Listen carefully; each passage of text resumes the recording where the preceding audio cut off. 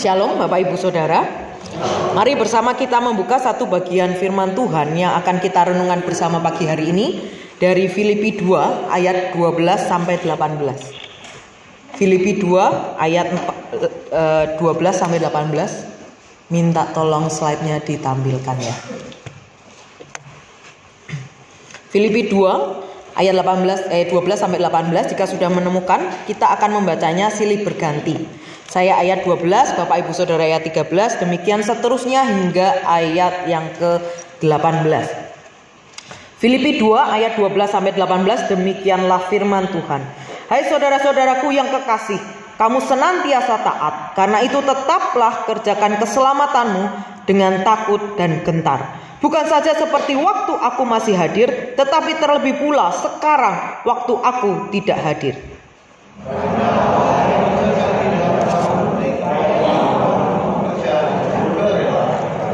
Lakukanlah segala sesuatu dengan tidak bersungut-sungut dan berbantah-bantahan.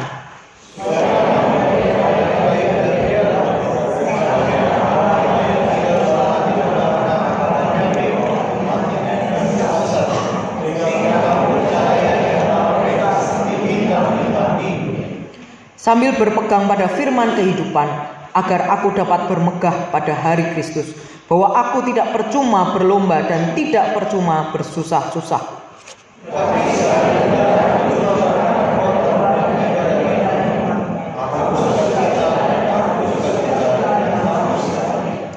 Dan kamu juga harus bersukacita. Demikian dan bersukacitalah dengan aku. Demikianlah pembacaan firman Tuhan kita. Bapak Ibu Saudara, hari ini tema yang akan kita renungkan bersama itu adalah jangan menjadi Kristen drop out. Nah, istilah drop out gitu ya, mungkin terasa familiar bagi kita yang masih atau pernah menjadi mahasiswa. Biasanya drop out itu dikenakan kepada mereka yang tidak dapat memenuhi tuntutan perkuliahan gitu ya. Misalnya terkait dengan masalah kuliah di jenjang S1 gitu ya, sarjana umumnya itu dapat dituntaskan selama berapa sih? 8 semester atau setara dengan 4 tahun gitu ya. Tapi secara peraturan Menteri Riset Teknologi dan Pendidikan nomor 44 tahun 2015 tentang standar nasional pendidikan tinggi, itu masih ada dispensasi hingga 7 tahun gitu ya. Jadi masih ada kasih karunia 6 semester atau 3 tahun kira-kira. Tapi jika sampai 7 tahun pun masih belum bisa menyelesaikan, maka mahasiswa tersebut akan kena yang namanya drop out. Dan status kemahasiswaannya akan dicabut dari universitas itu. Nah, selain itu seorang mahasiswa juga bisa kena drop out karena apa? Karena melanggar peraturan yang berlaku di perguruan tinggi tersebut. Atau karena persoalan akademis seperti nilai ujiannya yang tidak mencapai standar minimal dari program studi. Atau karena IPK atau indeks prestasi yang tidak memenuhi standar. Atau karena ketahuan sudah berbuat kecurangan, misalnya memanipulasi nilai atau melakukan plagiarisme atau keterlambatan di dalam dia membayar biaya kuliah tapi tidak ada pemberitahuan gitu ya. Jadi ada tunggakan-tunggakan atau misalnya penyalahgunaan narkotika, pencurian dan lain sebagainya, itu bisa di drop out juga. Nah, lalu pertanyaannya bagi kita, lantas apakah kehidupan kita sebagai orang Kristen gitu ya, kita juga bisa terkena drop out dan status kita sebagai orang Kristen itu bisa dicabut. Nah, tentu saja pemahaman drop out dalam konteks perenungan kita hari ini tidak berarti status kekristenan kita itu bisa dicabut oleh seseorang atau oleh gereja gitu ya.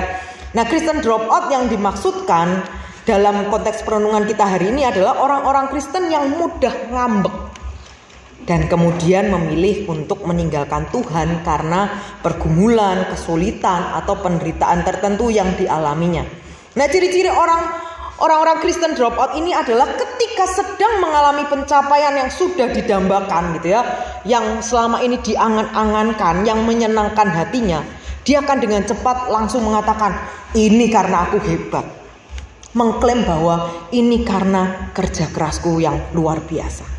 Tapi ketika kesulitan dan penderitaan hidup kemudian mampir di dalam kehidupannya, maka dia dengan cepat juga langsung menyalahkan Tuhan. dan terus-menerus bertanya kepada Tuhan, kenapa harus aku yang menerima pencobaan ini Tuhan? Atau malah kemudian jadi marah dan menyalahkan Tuhan, kenapa Tuhan tidak mendengar seru doaku memohon minta tolong di hadapan-Mu? Di mana Engkau Tuhan? Mengapa Engkau diam saja ketika aku sedang keadaan yang sulit bukan main ini? Dan kemudian bisa saja dengan mudah akhirnya meninggalkan Tuhan, atau kemudian memilih untuk meninggalkan gereja dan tidak lagi beribadah kepada Tuhan.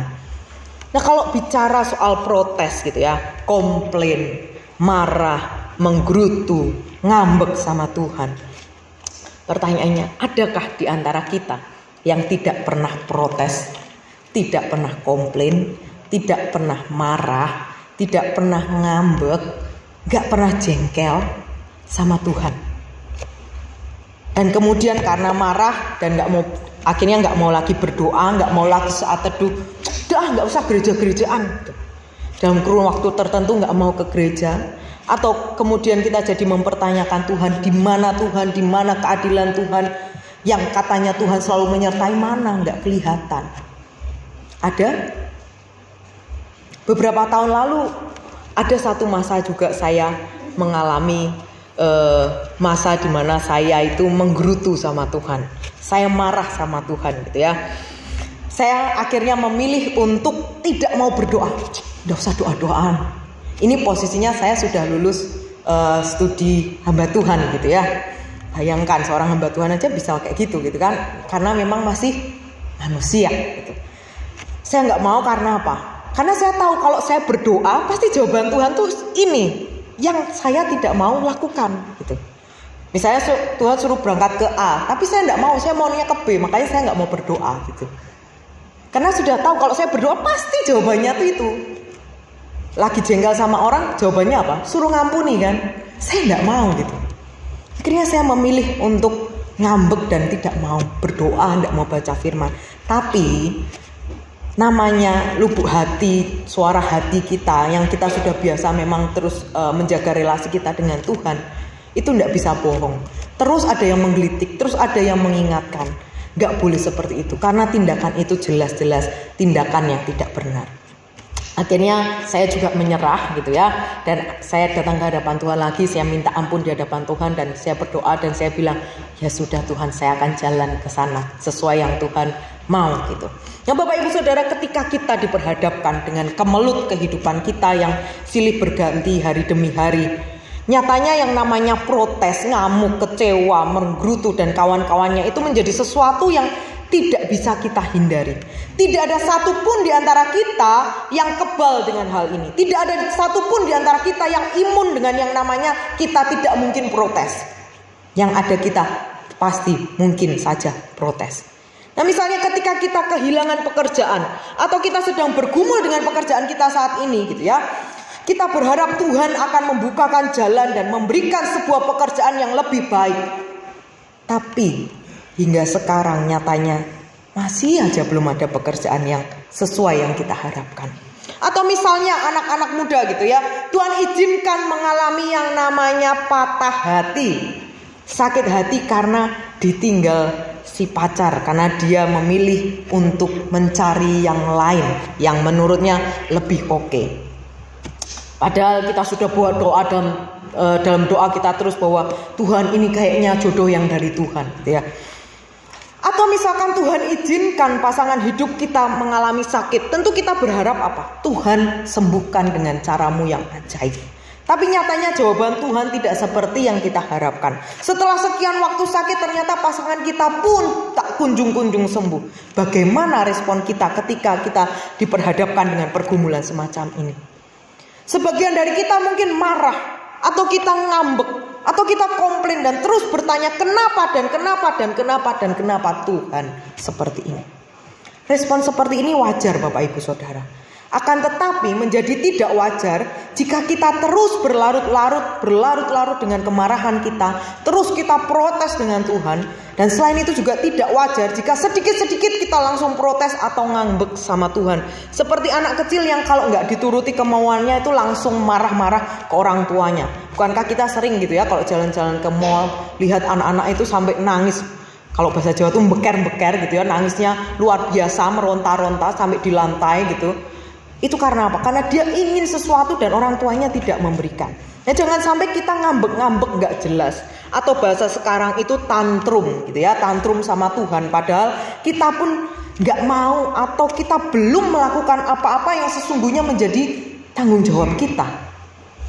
Nah lalu bagaimana supaya kita tidak menjadi orang-orang Kristen yang drop out? Bagaimana supaya kita ini tidak auto komplain atau kita auto tantrum di hadapan Tuhan atas segala sesuatu yang kita alami?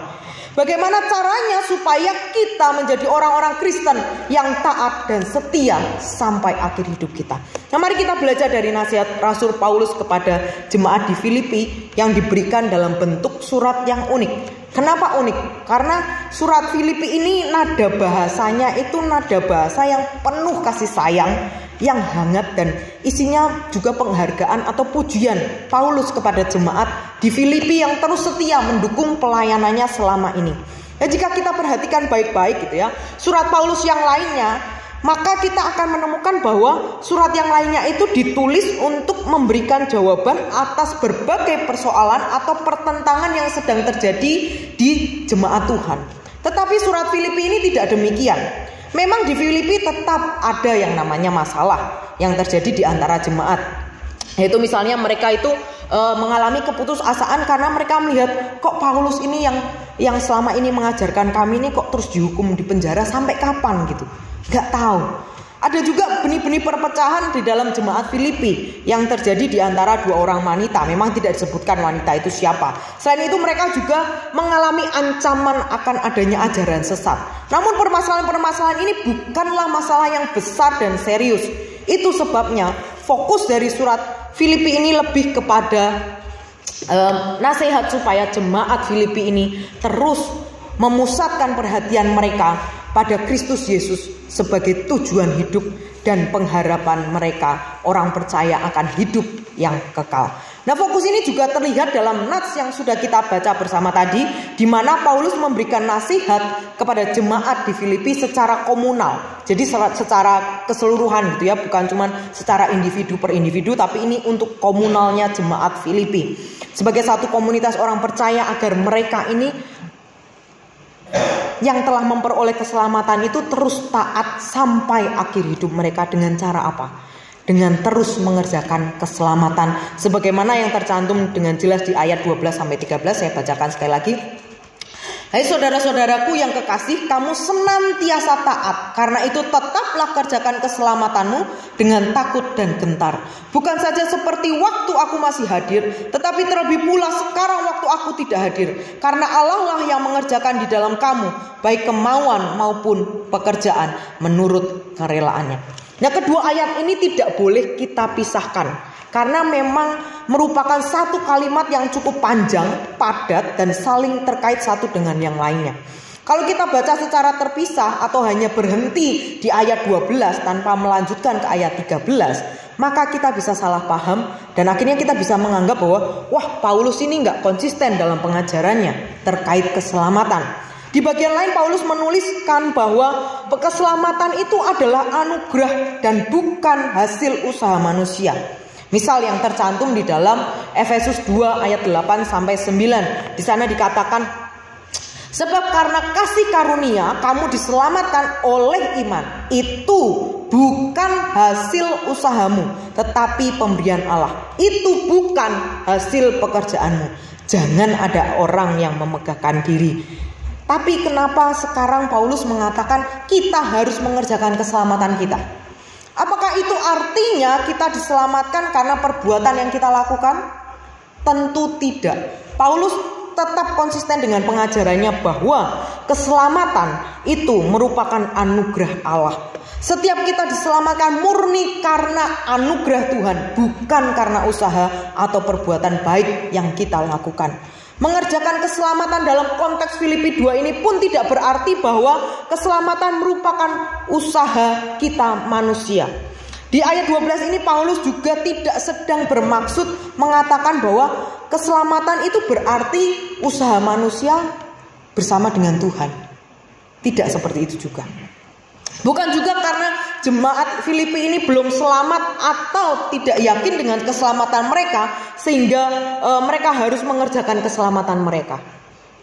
Itu sebabnya di ayat 13 itu menegaskan bahwa Allah lah yang mengerjakan di dalam kita, baik kemauan maupun pekerjaan menurut kerelaannya. Artinya apa?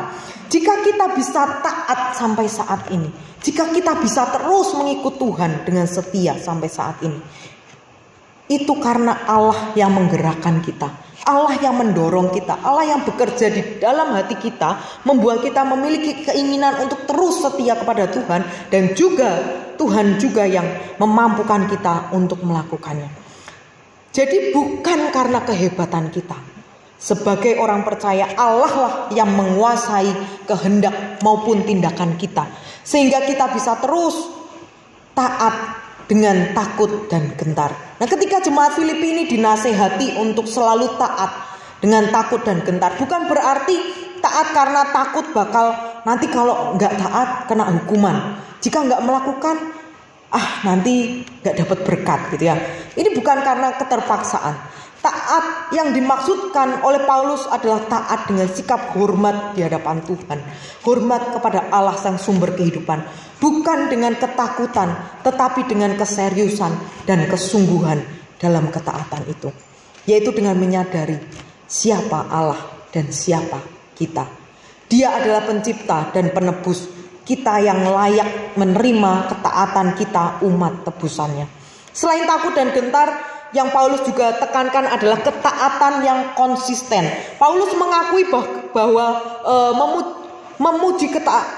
Paulus bahkan mengakui memuji ketaatan jemaat Filipi dengan menggunakan keterangan senantiasa. Untuk menggambarkan apa? Ketaatan jemaat Filipi ini benar-benar terus dilakukan dari awal sampai sekarang gitu. Namun demikian Paulus tetap memberikan nasihat kepada mereka. Untuk apa? Untuk mengerjakan keselamatan mereka. Nah, dalam bahasa aslinya kalimat ini berbentuk imperatif present yang menyiratkan sebuah perintah yang harus terus-menerus dilakukan tanpa mengenal waktu. Artinya ketaatan bukanlah sebuah pencitraan yang dilakukan di waktu-waktu tertentu saja. Misalnya ketika ada boksu aku mau taat. Dilihat lagi ibadah, aku mau taat, kayaknya serius gitu. Tidak seperti itu. Ketaatan juga bukanlah sebuah keterpaksaan. Ketaatan karena keterpaksaan akan mudah ditinggalkan ketika tidak ada pengawasan gitu ya. Ketaatan adalah sebuah gaya hidup yang harusnya menjadi gaya hidup kita orang percaya. Kristus bukan hanya menyelamatkan kita dari upah dosa yaitu maut, tetapi juga dari kuasa dosa. Dengan demikian supaya kita tidak menjadi Kristen dropout, maka kita harus senantiasa taat dengan sikap hormat kepada Allah Tritunggal. Mungkin bagi kita senantiasa taat ini masih terasa ngawang-ngawang, kayak apa sih taat itu? Masih terlalu abstrak. Ya memang tidak salah, karena memang di ayat 12 sampai 13 ini Paulus sedang menanamkan sebuah konsep pengajaran. Baru kemudian ketika kita lihat di ayat 14 sampai 16, maka kita akan melihat bahwa wujud konkret ketaatan itu seperti apa gitu ya dalam mengerjakan keselamatan yang dimaksudkan oleh Paulus di bagian ini. Yang pertama kita lihat di ayat yang ke-14.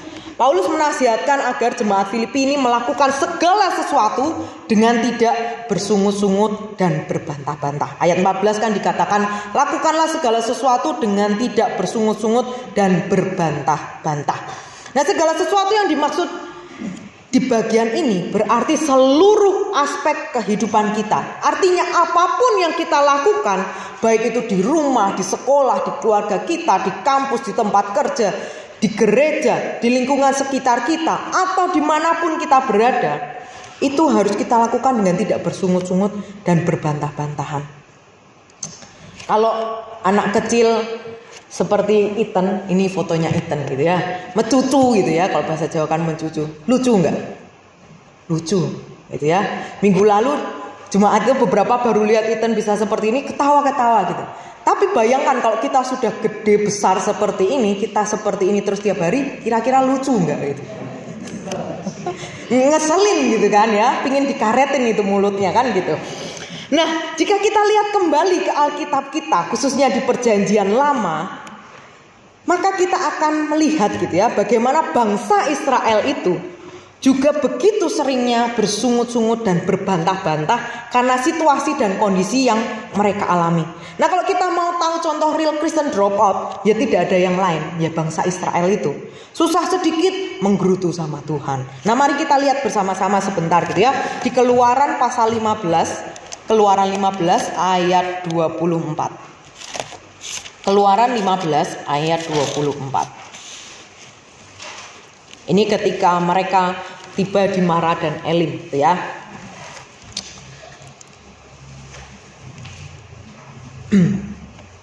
Ketika mereka berangkat dari Laut Teberau kemudian ke padang gurun Syur, setelah 3 hari perjalanan mereka tidak mendapatkan air. Nah, setelah mereka sampai di Mara, mereka pun ternyata tidak bisa minum air di situ karena rasanya pahit. Ayat 24 saya bacakan ya. Lalu bersungut-sungutlah bangsa itu kepada Musa, kata mereka, apakah yang akan kami minum gitu. Karena air itu pahit. Ngamuk lagi nih bangsa Israel. Bersungut-sungut, apa yang akan kami minum gitu kan. Nah, selanjutnya kita lihat lagi di pasal 17. Masih di Keluaran, bangsa Israel ini bertengkar dengan Musa gitu ya. Ayat 2 dikatakan, jadi mulailah mereka itu bertengkar dengan Musa, kata mereka, berikanlah air kepada kami supaya kami dapat minum. Tetapi Musa berkata kepada mereka, mengapakah kamu bertengkar dengan aku? Mengapakah kamu mencobai Tuhan? Mereka bertengkar. Nah, di Keluaran 32 kita lihat satu lagi.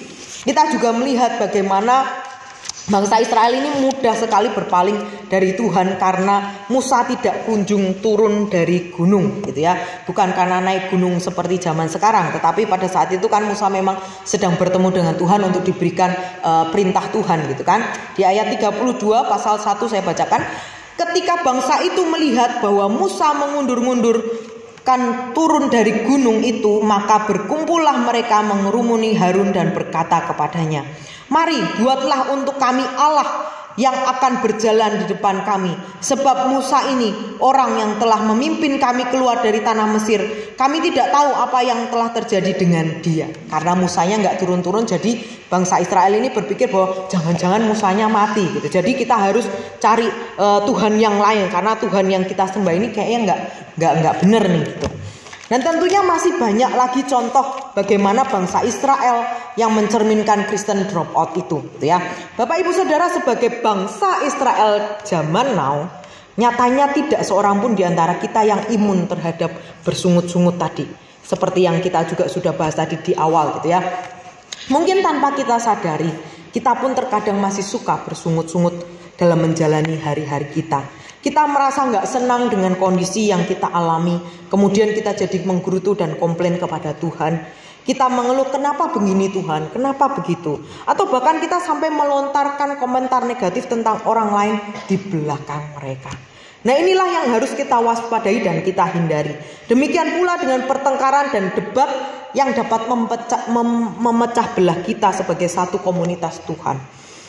Melalui bagian ini Paulus sedang mengingatkan jemaat Filipi dan juga kita di hari ini gitu ya. Orang percaya yang hidup di zaman ini bahwa seharusnya sebagai orang-orang yang telah diselamatkan, kita itu melakukan segala sesuatu harus dengan sukacita yang lahir dari hati, bukan sukacita yang sengaja disenyum-senyumin gitu ya, sengaja disuka-sukacitain gitu kan, dengan tidak berbantah-bantah, sehingga satu komunitas kita itu bisa terus terjaga. Akhirnya orang juga bisa melihat dan merasakan bahwa oh, orang Kristen itu seperti itu toh. Orang Kristen itu hidupnya rukun, saling mengasihi, saling memperhatikan satu dengan yang lain. Bahkan ketika mereka dalam kesulitan pun mereka tetap bisa memuji Tuhan. Harusnya seperti itu yang orang bisa lihat gitu ya. Dan yang kedua di ayat 16 gitu ya. Paulus juga menasihatkan agar jemaat Filipi ini terus berpegang kepada firman Tuhan sambil dikatakan di sana sambil berpegang pada firman kehidupan. Nah, jika kita mau menjadi orang percaya yang senantiasa taat untuk mengerjakan keselamatan kita, maka berpegang pada firman Tuhan itu merupakan hal yang tidak dapat ditawar. Firman Tuhan ini satu-satunya pegangan hidup kita yang tidak pernah lekang oleh waktu. Zaman boleh terus berubah gitu ya. Peraturan pemerintah boleh terus diperbaharui. Kurang ini, kurang itu, harus ada tambahan ini dan itu. Namun firman Tuhan, Alkitab yang kita pegang, yang kita baca setiap hari, yang kita renungkan, itu selalu relevan dengan kehidupan kita tanpa perlu direvisi. Kita nggak pernah mendengarkan revisi pertama Alkitab, kan nggak ada ya. Nah itu nggak pernah, karena memang Alkitab ini dari zaman ke zaman selalu relevan dengan kehidupan kita. Nah kalau kita mengaku sebagai orang percaya tapi kita tidak pernah mau membaca firman Tuhan, kita tidak pernah mau merenungkan firman Tuhan, ya bagaimana kita bisa kuat menghadapi berbagai pergumulan hidup kita yang Tuhan izinkan mampir dalam kehidupan kita? Ya tidak mungkin bisa gitu ya. Jika kita tidak pernah mau menyediakan waktu untuk kita bersekutu dengan Tuhan setiap hari, bersaat teduh, kita tidak pernah mau membaca dan merenungkan firman Tuhan, kita malas ke gereja, kita tidak suka untuk berdoa. Begitu berdoa, aminnya besok pagi gitu ya. Ya tidak heran jika kemudian ketika kita menghadapi masalah, kita jadi orang-orang Kristen yang drop out, yang mudah mengambek di hadapan Tuhan, mudah menggerutu dan protes kepada Tuhan. Bahkan pada akhirnya karena kita menggerutu terus, itu akhirnya memicu yang namanya perpecahan. Nah dua hal ini adalah hal yang wajib dan kudu kita lakukan. Karena dengan melakukan dua hal ini, maka kualitas karakter kita sebagai orang percaya itu akan nampak. Kualitas karakter seperti apa sih yang harusnya ada di dalam kehidupan kita? Ini tercatat gitu ya di dalam ayat 14-16 bahwa kita harus melakukan ketaatan ini sehingga orang itu bisa melihat bahwa kita tidak beraib dan tidak bernoda. Kita juga tidak bercela di tengah angkatan yang bengkok hatinya dan yang sesat ini. Sehingga pada akhirnya kita bisa bercahaya di antara orang-orang yang ada di sekitar kita. Bahkan orang-orang yang belum mengenal Tuhan pun bisa melihat cahaya Tuhan di dalam hidup kita. Nah, tiga karakter inilah yang harusnya melekat di dalam hidup kita sebagai orang percaya. Supaya melalui kita, orang-orang di sekitar kita itu yang belum percaya kepada Tuhan, bisa melihat seperti apa sih kehidupan orang percaya itu.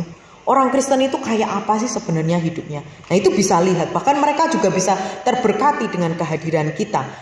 Hingga akhirnya mereka bisa mengaku percaya bahwa Tuhan adalah satu-satunya juru selamat di dalam hidup mereka. Nah jangan sampai justru yang terjadi malah sebaliknya gitu ya.